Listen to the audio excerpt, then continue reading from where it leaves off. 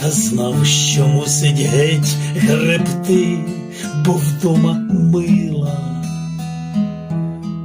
І гріб із тьми з останніх сил на веслах віри, бо мав удома сильний тил і виплив з прірви. І гріб із тьми з останніх сил на веслах віри, бо мав удома сильний тил і виплив з прірви.